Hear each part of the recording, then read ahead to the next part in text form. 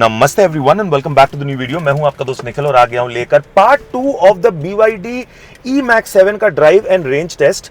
तो अब हम आके बैठ गए हैं सेकंड रो पैसेंजर पे। अब हम आपको बताएंगे कि यहाँ पर एज अ पैसेंजर हमें क्या कंफर्ट मिलने वाला है। अभिषेक भाई जाके बैठ गए ड्राइविंग सीट पर, of course Deep is there.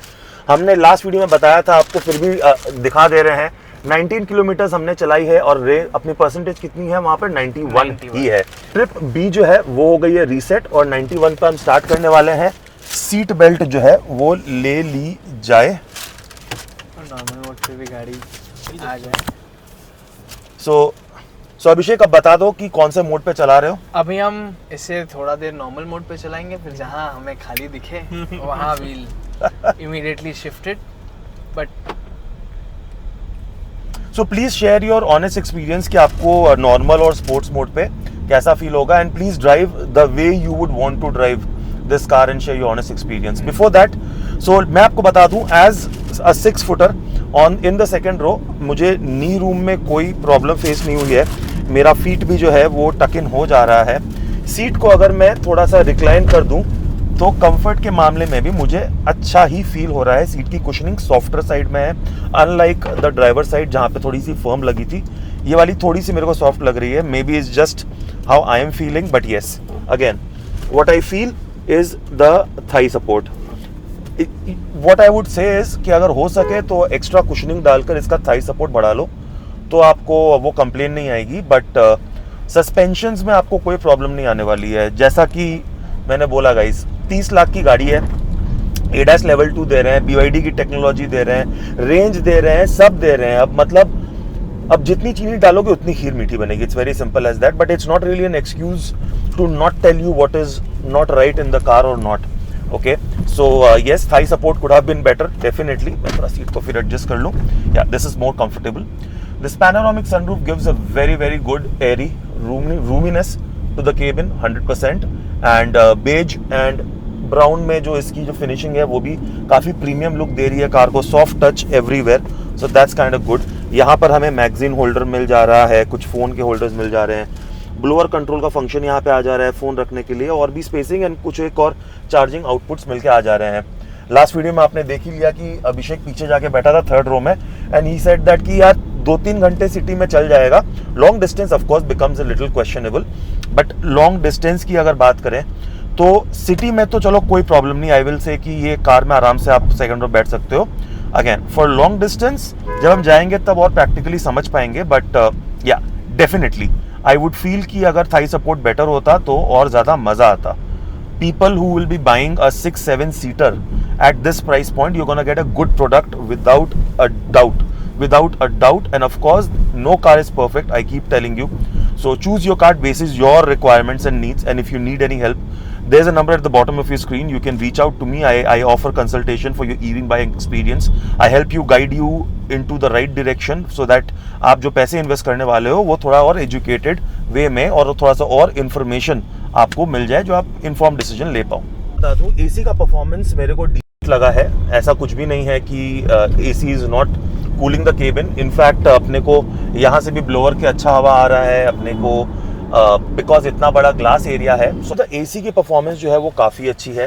Cabin ठीक ठाक ठंडा कर रहा है। एक चीज़ जो मेरे को लगा यार, यहाँ पर जो ये चार्जिंग पैड जो दिया गया, वायरलेस चार्जिंग पैड, ये फ़ोन को बहुत ज़्यादा हीटअप करता है, बहुत ज़्यादा। तो चॉइस इज़ योर्स। मैं generally I would use the wired only, but Android Auto and CarPlay is wireless, so that's kind of good.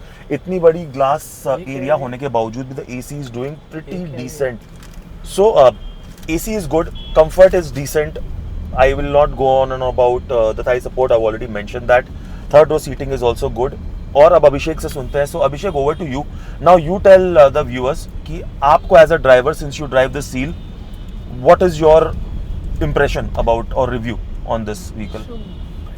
we cannot compare these two because again the one I drive is a proper sports sedan, so of course the punchiness, the torque, and the feel is quite different. But if I compare it to the other SUVs that I drive, this one for now it's a bit difficult. Let me drive for another 5, 7, 10 kilometers, get a good stretch. Now, how is the seat comfort for you? How is the suspension for you as a driver? The suspension for me as a driver and as a passenger both are really I would say really good, the best in class if I see, because whatever the alternative peers are, be it Innova, be it the latest high cross, the Yeah. suspension is good. It's quite comparable, and this is 20 in terms of suspension. Okay. The seating comfort again is a bit, for that I would prefer the Innova. Personal choice, of course. Right. That's again on the height, the way you Right. sit, your posture. But overall, the driving, I wouldn't say this car is meant for driving. Right. It's mostly for having a seat and enjoying Chauffeur it. driven car mostly. A chauffeur-driven Yeah. car. For that, the things that I would look for is the comfort. The front seat, as you mentioned, the under thigh support is a bit less, or else, except the seats, everything is fabulous in the car. It does have a ventilated seat as well, guys. मेरा So that's चालू ही kind of है। good. So अपना ये seat जो है, so अपनी ये seat on है फिलहाल, ventilation. So that is a very welcome change जो मुझे लगा हमारी एटो जो BYD कार जो है उसमें मिला है. एटो पे भी अभी क्या है ना, वेंटिलेट सीट्स अगर होती तो अच्छा होता, बट उसको उस डिस्कशन को वहीं पर ही अपने रेस्ट्रिक्ट करते हैं. Let Abhishek also drive some more in the city, और फिर उनसे भी वर्डिक्ट समझेंगे और आपको बताएंगे कि अभिषेक जब चला रहे हैं तो उनको क्या रेंज निकल के आई है. बता दूं, याद दिला दूं आपको one second, that I got somewhere around 480 to 500. Screen पर आपने जो देखा था कि 91% पे जो एसओसी है और मैंने 19 किलोमीटर चला ली थी, ऐसे तो देखा जाए तो 600 के ऊपर की रेंज आ जाएगी, but I am pretty sure 2-1 kilometre के बाद ही वो 90 पे उतर आती. सो आई विल से कि आई वुड रियलिस्टिकली से कि 20 किलोमीटर चलाने के बाद 90 हो जाती, तो 4%, 20/4 इज इक्वल टू 500. सो 500 की रेंज तो डेफिनेटली मैंने निकाली है सिटी में इस कार से. बट अगेन अब अभिषेक अपने हिसाब से चलाएंगे इस कार को और वो फिर आपको बताएंगे. सो अभिषेक, आपको क्या लगता है आप क्या रेंज निकाल सकते हो इस कार से? Maybe 300-350. So if you are shocked listening to Abhishek कि वो 300-350 क्यों बोल रहा है, बिकॉज भैया वो BYD सील परफॉर्मेंस चलाता है. और मैं इसको भी वैसे ही चला रहा हूँ जैसे मैं उसे चलाता हूँ. एवरेज स्पीड क्या मेंटेन कर रहे हो आप अपनी इस ड्राइविंग में? मैं जैसा रास्ता मिल रहा है, मैं 80, 100, 120 तक आई एम टॉपिंग 120. जहाँ पे रास्ता मिल रहा है, जहाँ मैं पंजा दबा के बेसिकली. मैं दबा के ही चला रहा हूँ. इट वुड टेक समवन, मतलब बहुत खाली रास्ता जब तक नहीं होगा, ओवरऑल जो तरीके से गाड़ियाँ चलती है ऑन अ नॉर्मल केस, मेरे रेंज के आसपास ही आपको रेंज मिलेगी. अगर आप एकदम जोर से भी you're hard on the throttle, जिसमें भी मैं इसमें चला रहा हूँ नॉर्मल मोड में. नॉर्मल मैं भी कुछ देर बाद में जब हम न्यू टाउन हिट कर जाएंगे तो उन्होंने स्पोर्ट्स मोड भी दे ही देना वहाँ पर. हाँ, मैं बीच में स्पोर्ट्स मोड में भी चला रहा था. ओके, तो फिर चलो. सो रेंज के मामले में तो लेट्स फिंगर्स क्रॉस कि वो क्या रेंज निकालते हैं. बट उनको आपकी इनकी ड्राइविंग का जो स्टाइल है वो इनके सील पर अगर आप देखोगे हमारी वीडियो को जो बहुत जल्दी आएगी अपने चैनल पे, वो आपको मज़ा आएगा. बट हाँ, definitely he is an enthusiastic driver for sure. You feel that push back into your seat every time that he hits the accelerator, so that's definitely there. And again to let you know guys कि हम जो गाड़ी चलाते हैं सबका अपना तरीका होता है, सबका अपनी ड्राइविंग स्टाइल होती है. रोड कंडीशन के ऊपर बहुत कुछ मैटर करता है. हर कार में अपने प्लसेस एंड माइनसेस हैं. आपकी नीड्स एंड रिक्वायरमेंट्स क्या है उसको समझना ज़रूरी है, right?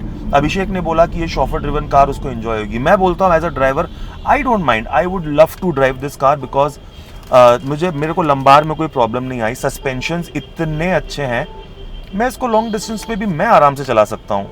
I feel that he feels he would be a happier person sitting as a passenger in the car rather than a driver, which is his point. You make your own point of view by going to the nearest dealership and taking a test drive and be the best judge of your own thoughts, right? So on that note guys, do mention in the comment section if you are planning to buy this car or which car do you drive. Are you a BYD owner? और अगर आप हो तो हमारे Telegram community में जुड़िए और हमारा पार्ट बनिए and do let us know what your experiences are and have been. अब अभिषेक ने जो है वो स्पोर्ट्स मोड जो है वो ऑन कर दिया है. आपको दिखा दे, अगर दीप भाई स्क्रीन पे दिख सकेगा क्या 12 इंच वाली स्क्रीन पर ये स्पोर्ट्स मोड सिर्फ अपने MID पे दिखेगा. MID पे दिखेगा. तो सिर्फ MID पे दिखेगा, इतने दूर से नहीं दिखेगा, but man oh man, proper 310 Nm का टॉर्क है इसमें दीप भाई, राइट? हाँ। जो 310 Nm का जो टॉर्क है वो आपको फील होता है, और स्पेशली जब ड्राइवर इतना ही ज्यादा कॉन्फिडेंट हो और अपने मतलब कि ड्राइविंग स्किल्स पे इनको, मुझे इन पे कॉन्फिडेंस है, तो जब ये इस तरह से चलाते हैं तो you definitely feel the thrill, एक थ्रिल जरूर से फील होती है। अब आपको बताते हैं कि क्या प्रैक्टिकलिटी है सिटी में। तो अब हम जहाँ पे जा रहे हैं गाइस, ये बहुत ही कंजेस्टेड सा रास्ता है, और ये कार को मनूवर करने में अभिषेक आपको कैसा लग रहा है? आर यू फीलिंग की साइड से स्क्रैप कर सकती है या कुछ? नहीं। So practically this car is also good for your city, navigating it in traffics कह रहा हूँ, I'm so sorry, navigating it through traffic, heavy traffic is also all right, मुझे भी कोई प्रॉब्लम फेस नहीं हुई। पार्किंग अगेन, अब गाड़ी का लेंथ इतना है तो आपको पार्किंग स्पेस भी वैसे ही खोजनी पड़ेगी, but I don't think that would be a challenge as well, especially with the 360 degree camera. So time for a quick update. अभिषेक से पूछते हैं कि अपने को MID पे क्या दिख रही है। So how many kilometers you have driven, bro? 12 kilometers, and considering 90%, it's right now it's 86%. But so 4 divided by 12, so that is around 300. 300. जो आपने बोला ही था कि आप वो 300-350। हाँ, ये जस्ट अभी गिरा ही है, इसमें ये चलेगा। Okay, got it. मतलब ये 350। हाँ, बट दिस इज एक्सट्रीम, मतलब एकदम फुल ऑन थ्रॉटल रह के ऐसे गाड़ी आप ये चलाएंगे क्या कभी? दिस इज एकदम, I am driving it like अ, जैसे मैं सील चलाता हूँ वो भी खाली रास्ते पे, एकदम वैसे ही मैन्यूवरिंग इधर उधर। नहीं, वो भी जरूरी है ना, मतलब people who are planning to buy this car, ऐसा तो है नहीं कि गाड़ी को खाली इको पे ही चलाएंगे। So it's good for them to know, अगर आप इस कार को एंथुसियास्टिकली चलाना चाहते हो तो कितनी रेंज निकल के आएगी। तो 350 बहुत खराब चलाओ, अगर खराब इन द सेंस अगर बहुत अग्रेसिवली चलाओ तो, बट मान गए भाई, इसका हाथ जो है गाड़ी पर विद गॉड्स ग्रेस, पकड़ बहुत अच्छी है इसकी, मतलब even with around when he drives fast, he has a very good control on his car, so that's kind of good. Once again, just to conclude, just to do a quick recap कि क्या अच्छा लगा और क्या better हो सकता था। गाड़ी का पावर बहुत अच्छा है गाइस, इको पे लथार्जिक है 100%। गाड़ी की सीट्स बहुत अच्छी हैं, बट थाई सपोर्ट थोड़ा सा बेटर हो सकता था। गाड़ी का AC बहुत अच्छा है, मजेदार, बड़े ग्लास एरिया, बड़े केबिन एरिया को भी अच्छे से कूल कर रहा है, and these vents they are obviously helping as well. यहाँ पर जो थोड़े मोड़े जो रीडिंग लाइट्स है, ये कितने प्रैक्टिकल है मुझे नहीं पता।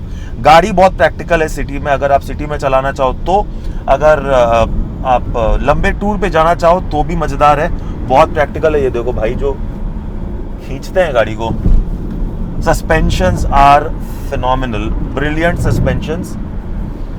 मेरे को बार बार डर लग रहा है ये जिस तरह से लेफ्ट चलाता, हाँ लेफ्ट, आगे से अपने को सिग्नल से लेफ्ट है, ये वाला अमेजिंग सस्पेंशंस।